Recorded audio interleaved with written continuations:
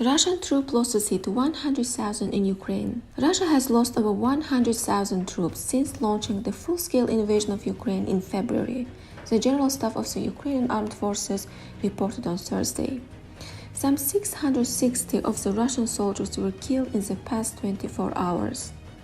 In terms of military equipment, Russia has lost over 3,000 tanks, about 6,000 other armored vehicles, 1,978 artillery systems in Ukraine since February, 5 unmanned aerial vehicles, 6 artillery systems, 1 aircraft belonging to the Russian army were destroyed on December 21. The General Staff also reported that Russian troops on Monday launched 6 missile strikes, 15 airstrikes, and carried 64 attacks using multiple launch rocket systems on Ukraine. Kremlin has not commented on Ukraine's reports on its losses yet.